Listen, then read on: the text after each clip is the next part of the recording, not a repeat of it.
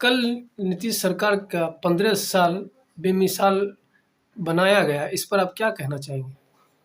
देखिए, ये तो नीतीश जी की सरकार 15 साल चलाए हैं। उनको खुद अपने कार्य की समीक्षा करनी चाहिए और तब 15 साल बेमिसाल का आयोजन करना चाहिए। आप देखें, इनके कार्यकाल में इतना घोटाला हुआ है, आप उस घोटाले का उजागर ही लोग सही ढंग से कर नहीं पा रहे हैं और उसको दबा के रखे हुए। आजकल वो घोटाला जो है सही सच्चाई सामने आएगा कि 15 साल में कितना बड़ा इसमें स्कीम हुआ है इस नीतीश जी की सरकार में।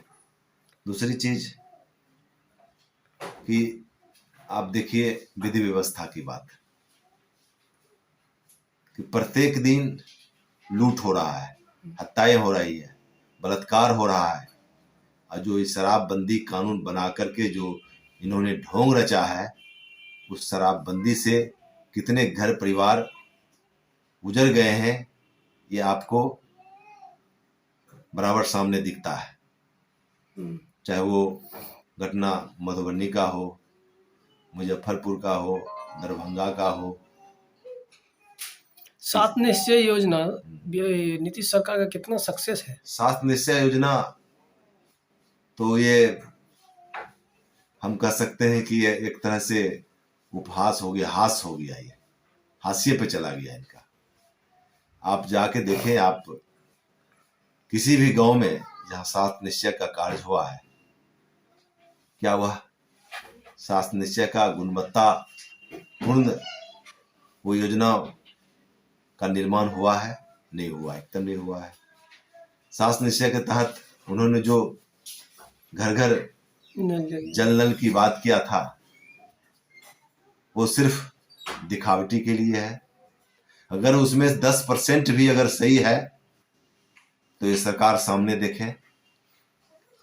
इनको अपने स्तर से भी 7 निश्चय का जांच करवाना चाहिए और फीडबैक लेना चाहिए कि धरातल पर 7 निश्चय का कितना काम हो पाया। जब मोदी जी 3 कृषि कानून वापस लिए हैं, इस बारे में आप क्या कहना चाहेंगे? देखिए, मोदी जी जो है सब कुछ लुटा के तब होश में आए।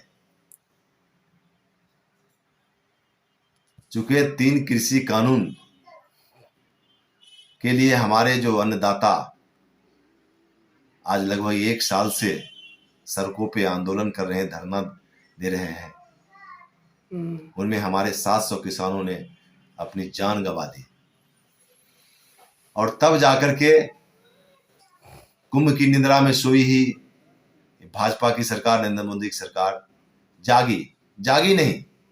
चूंकि इनके सामने जो 5 राज्य का विधानसभा का चुनाव होने वाला है, उत्तर प्रदेश, गोवा, उत्तराखंड, पंजाब, मणिपुर, ये सभी में जो है जो चुनाव होना है, इस चुनाव में इनको जो फीडबैक आया कि आप इस चुनाव को इस चुनाव में प्रदर्शन नहीं करने जा रहे हैं, जहां सत्ता में वहां सत्ता में आप पुनः नहीं आ रहे हैं, तब जाके इन्होंने निर्णय लिया कि अगर 3 कृषि कानून को हम वापस नहीं लेते हैं तो मेरी बुरी हाल हो जाएगी। इसलिए मजबूरन चुनाव को देखते हुए यह निर्णय लिया। और जो निर्णय भी लिया, इन पर भरोसा नहीं किया जा सकता है जब तक कि यह विधिवत 3 कृषि कानून को वापस करने या रद्द करने का निर्णय, उस पर हमारे राष्ट्रपति महोदय का हस्ताक्षर नहीं होता, तब तक इसको हम लोग सही नहीं मान सकते हैं। क्योंकि इन्होंने जितना देश के साथ झूठ बोला है, इन पर सही बोलने पर विश्वास करना मुश्किल हो रहा है। दूसरी चीज, अगर ये किसानों के प्रति इनकी हमदर्दी रहती तो समय रहते यह निर्णय लेते और 700 किसानों का जान बचता, और उस समय अगर यह कृषि कानून को वापस लेते तो इनका स्वागत योग्य था। लेकिन ऐसा इन्होंने नहीं किया। यह अवसरवादी हैं। इन्होंने चुनाव को देख के जो निर्णय लिया वो डपोर संकी है। आने वाले समय में इन्हें यहाँ के किसान, अन्नदाता और जनता इनको माफ करने वाली नहीं है। मैं उनसे मांग करता हूँ, जिला कांग्रेस पार्टी की तरफ से, खगड़िया से, और ये किसानों का भी मांग है कि जब तक एमएसपी के लिए, न्यूनतम समर्थन मूल्य के लिए, जब तक गारंटी के तहत कानून नहीं बनता है, तब तक यह किसानों के लिए सार्थक निर्णय नहीं होगा। मैं इसलिए केंद्र सरकार से मांग करता हूं कि किसानों के हित में अभी भी समय है, वो अच्छा निर्णय ले ताकि किसानों की आय दुगनी हो सके।